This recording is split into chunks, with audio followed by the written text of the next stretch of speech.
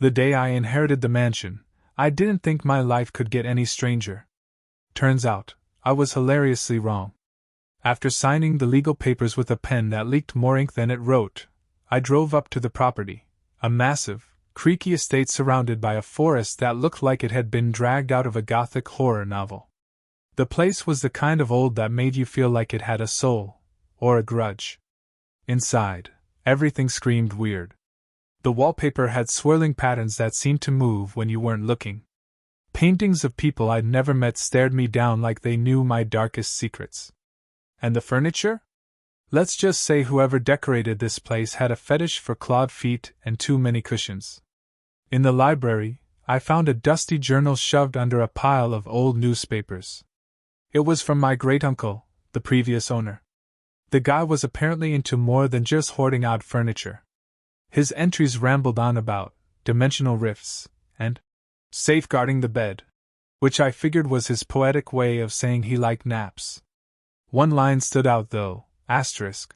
The anchor must hold, or the succubus will rise. Asterisk great, a guy who thought his bed had demonic tenants. I rolled my eyes and tossed the journal aside. By nightfall, I was exhausted. Exploring a house this big was like doing laps in a museum where everything might bite you. I stumbled into the master bedroom, huge, lavish, and just creepy enough to make you wonder if it came with ghosts. The bed was enormous, the kind you'd expect royalty, or an eccentric uncle, would have slept in. I didn't care. I was too tired to overthink it. The moment my head hit the pillow, things went downhill. A low hum filled the room. The air grew thick, almost electric, and I swear I saw the swirling patterns on the walls glowing faintly.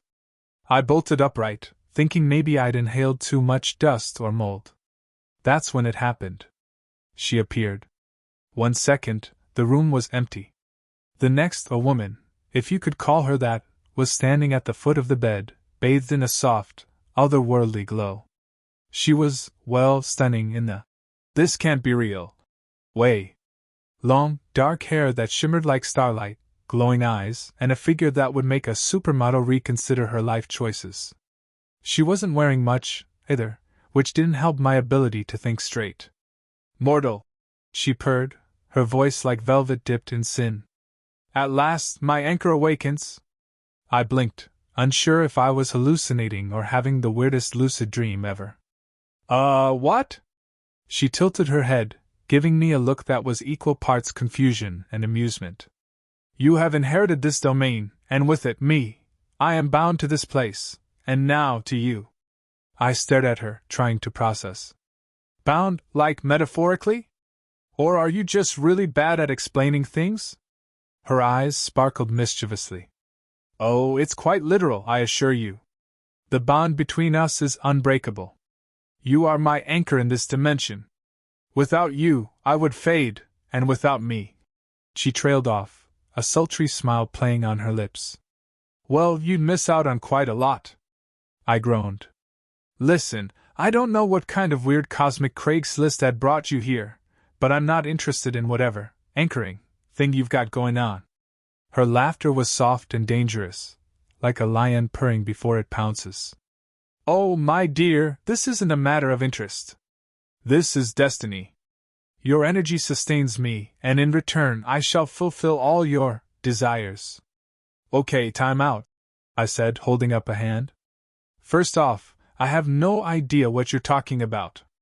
Second, why my bed? Couldn't you haunt the library or something less personal?"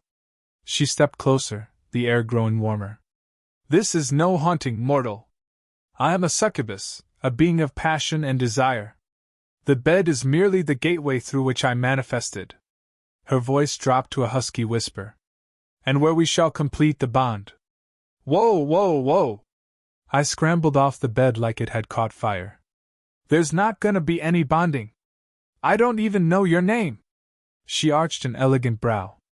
"Names are irrelevant where I come from, but if it pleases you, you may call me Nithra."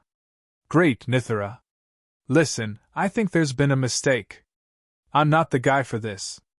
I'm just a normal dude trying to figure out how to pay the electricity bill for this place. I don't have the time, or the energy, for whatever this is." She studied me for a moment, then smiled like she'd heard this argument 100 times and always won. You underestimate yourself. You inherited this mansion for a reason. The bond has chosen you. The bond? I threw my hands up. Can we stop calling it that? It sounds like we're in a weird alien rom-com.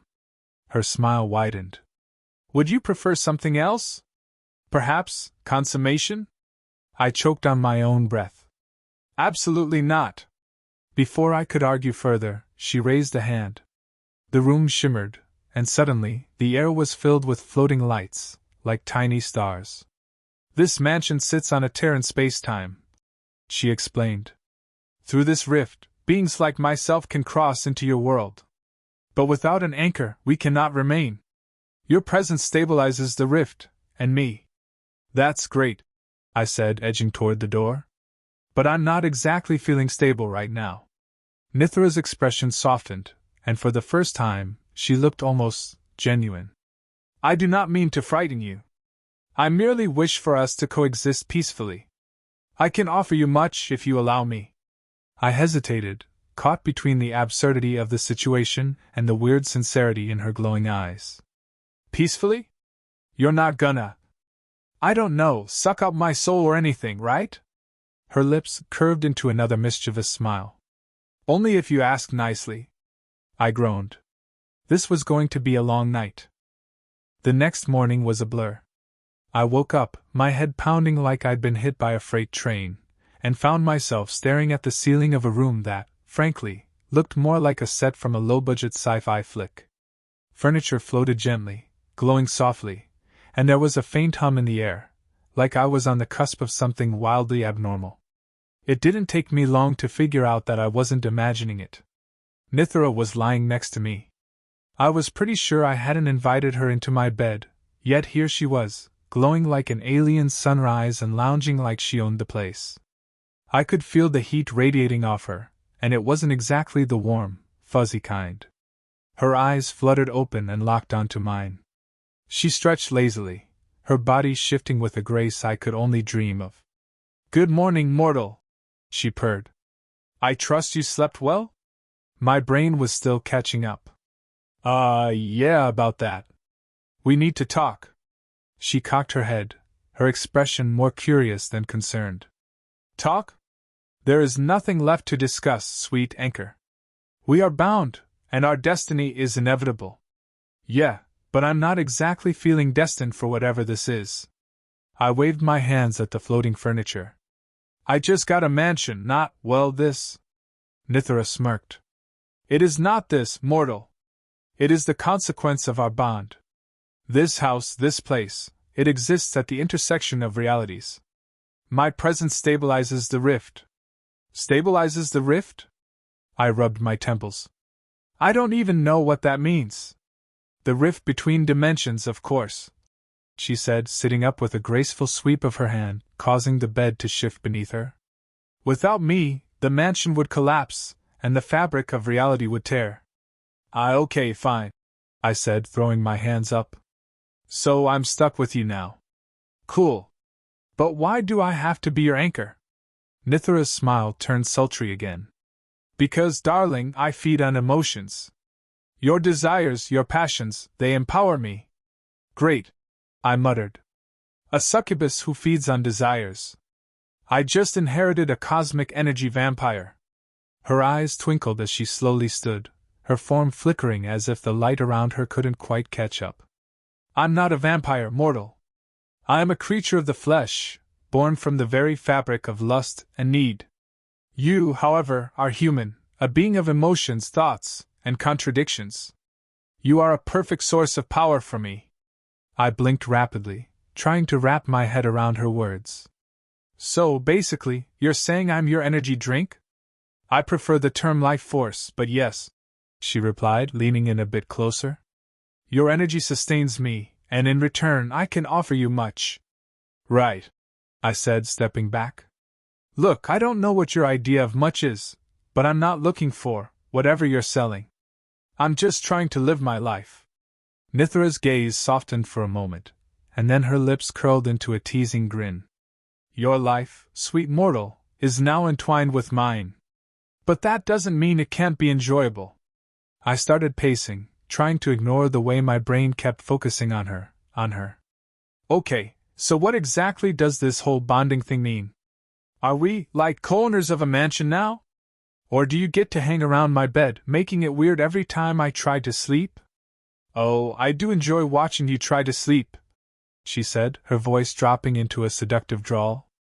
But no, the bond is far more profound than mere cohabitation. I let out a frustrated sigh. Please, just tell me what I'm supposed to do here. Am I supposed to, entertain you? I don't have time for weird alien rituals. Her eyes sparkled with amusement. You underestimate yourself. You already entertain me, mortal. Your awkwardness, your confusion, your attempts to resist. They are delicious. I opened my mouth to argue, but she continued before I could speak. As for the rituals, they are simple. I require emotional energy, and in exchange, I will help you with your desires. You need only surrender a little bit of your will to me. I blinked. Surrender my will?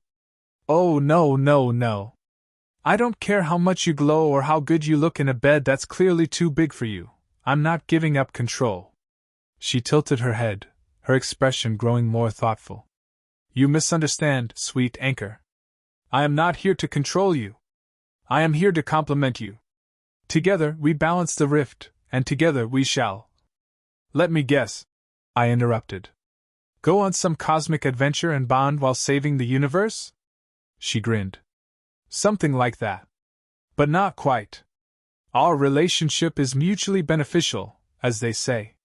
Your emotions help me stabilize, and I provide assistance in ways you cannot yet comprehend. I groaned, dragging a hand through my hair. You're telling me this whole mansion is a giant cosmic hotspot for lust energy, and I'm supposed to just, keep you around to feed? Nithra's smile was pure mischief. Oh no, my dear. You misunderstand again. I don't just feed on your desires. I amplify them. I help you achieve what you most crave. Yeah, I'm gonna need you to be more specific with that. She chuckled, her voice low and warm. All in good time, anchor. All in good time. I sighed, rubbing my forehead. And I suppose I'm the one who has to deal with the consequences of your help, right? Indeed, she said, her voice dripping with amusement. But isn't that the fun of it? What is life without a little chaos? I glared at her. I've had enough chaos in my life to last a lifetime. I don't need a supernatural being making things worse. Worse? She looked at me like I'd just said the most absurd thing. You think this is worse? I've just given you an opportunity most humans could only dream of. I can offer you knowledge, power, pleasures beyond your wildest imagination. And all you need to do is accept. I'm not accepting anything, I snapped, turning away from her. I don't need your weird cosmic, whatever you're offering. Just stay in your corner, and I'll figure this out myself. She didn't respond immediately, and for a moment there was silence. But when I turned back, I found her watching me with a strange intensity. Very well, she said, her tone turning more serious. But remember, mortal, the bond is not easily broken. You will come to see the truth in time. And when you do, I will be waiting. I didn't know if that was meant to be ominous or seductive, but it did nothing to calm my nerves.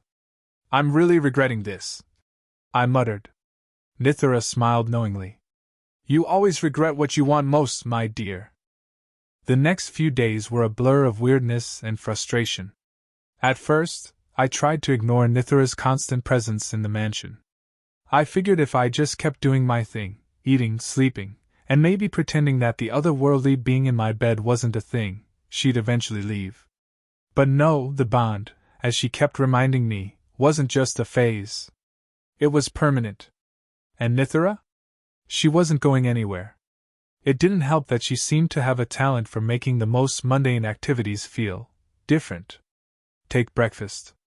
I'd barely sat down at the kitchen table with a cup of coffee before she appeared in front of me, lounging on one of the chairs with an air of casual elegance that shouldn't be possible for anyone, let alone someone who wasn't even human.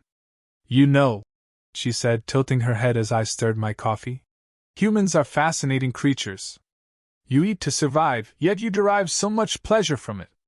I looked up at her, trying not to feel weirded out by her glowing eyes. You're talking about food now? Not just food, she replied, eyes gleaming. The sensation of eating, the anticipation, the savoring. Lust and desire take many forms, mortal. Some of your desires are more apparent than others. I nearly spat out my coffee. Lust? I'm just trying to eat breakfast, okay? She didn't flinch. I've seen the way you look at that fruit. The way you savor each bite.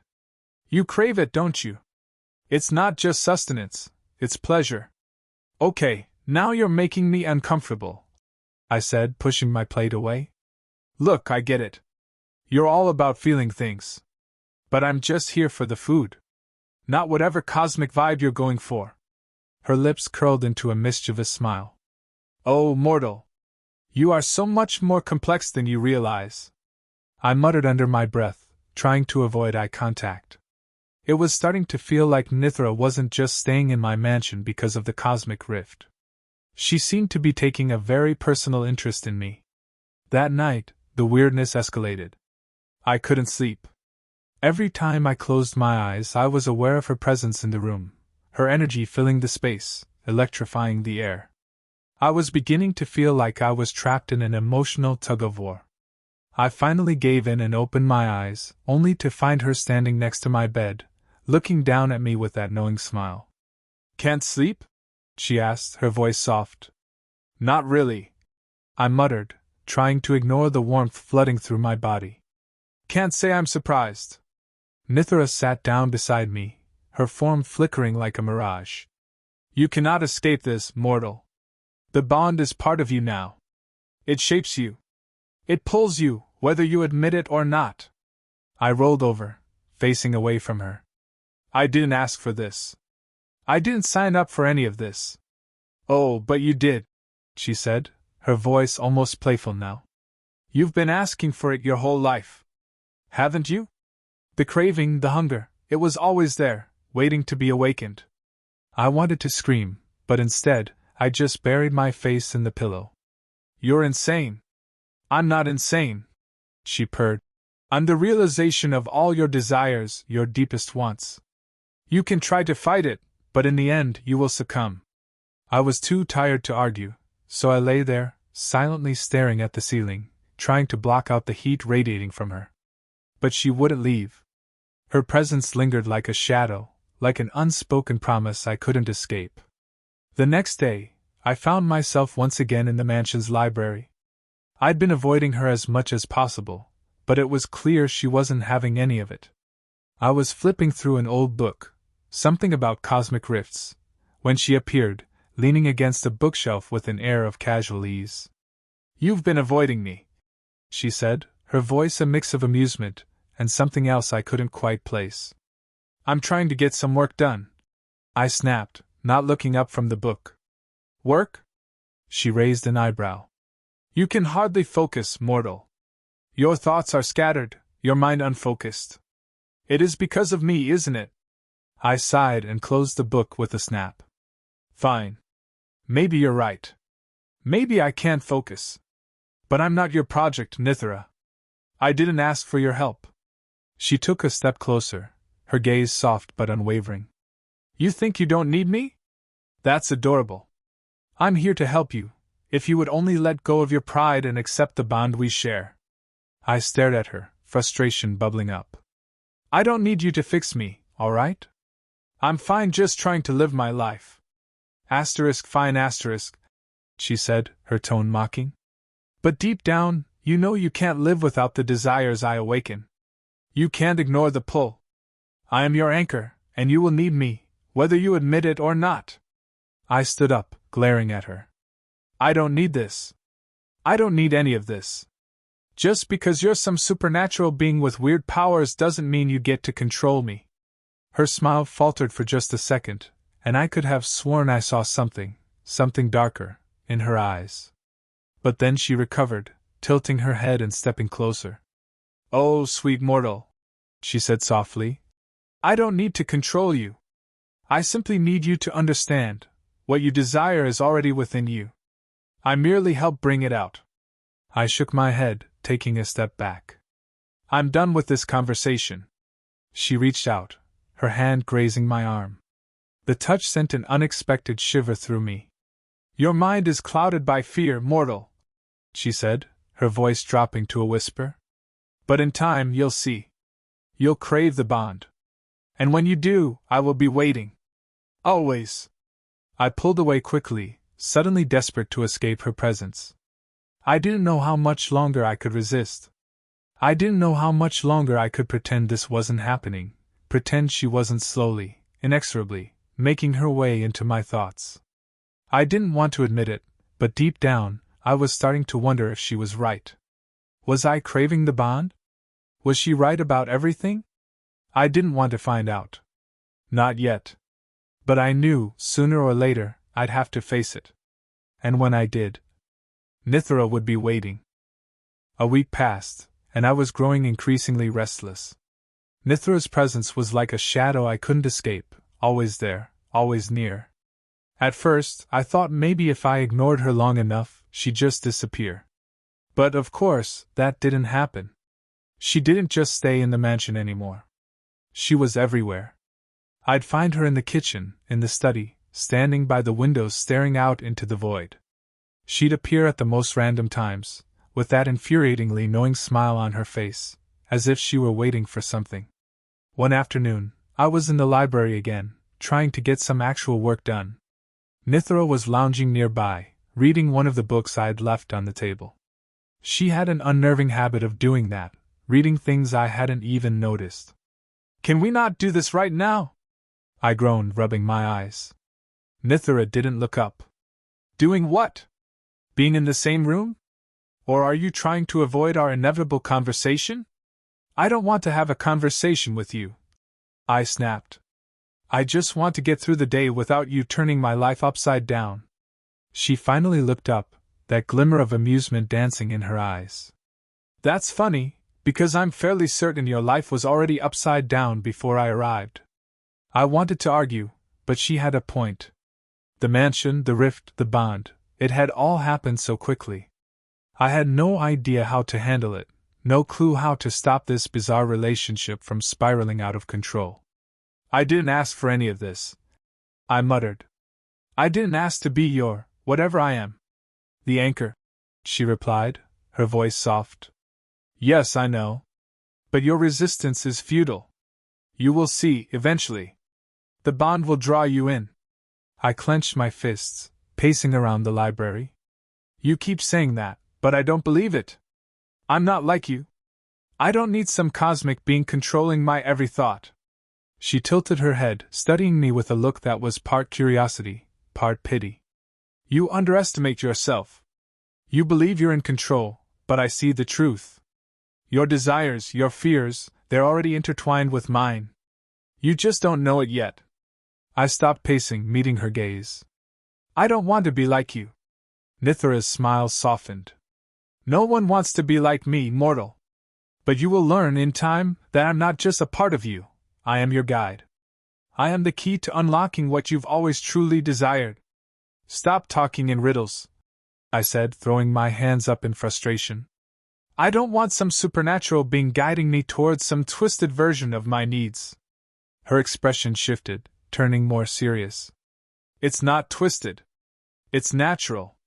You are natural, mortal. You are just too afraid to embrace your desires fully. You hide from them, but I feel them, just beneath the surface.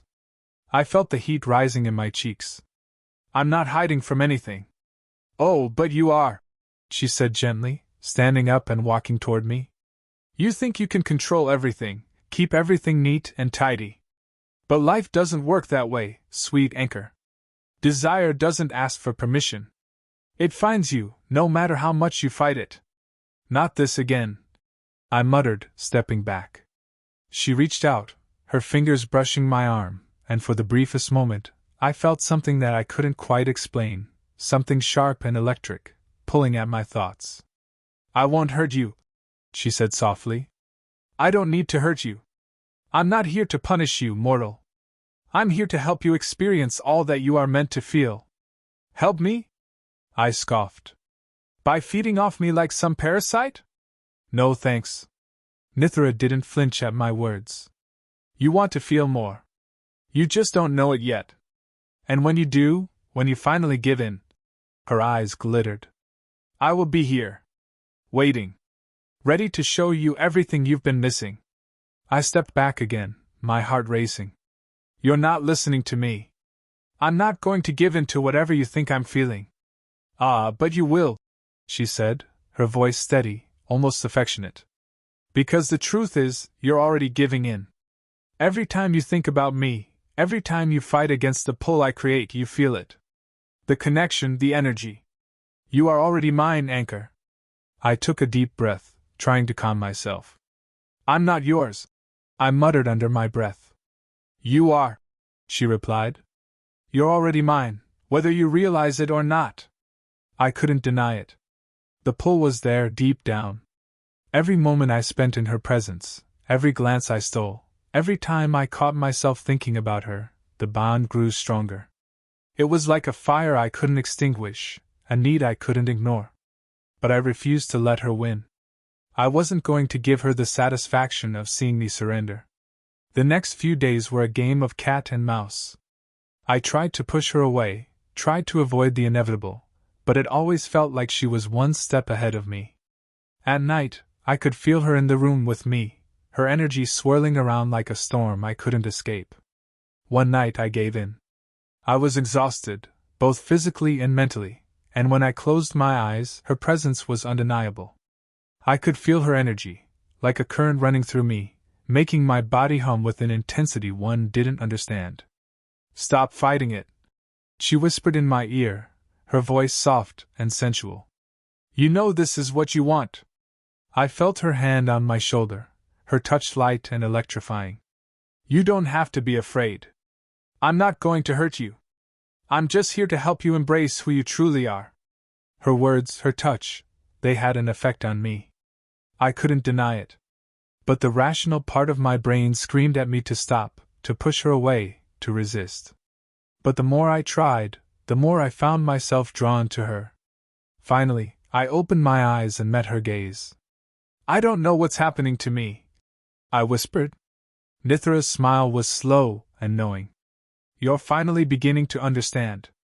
I wasn't sure if that was a good thing or a terrifying one. But it didn't matter. Because in that moment, I realized I couldn't fight this anymore. Not when everything in me was telling me to give in. The bond was complete. And so was she.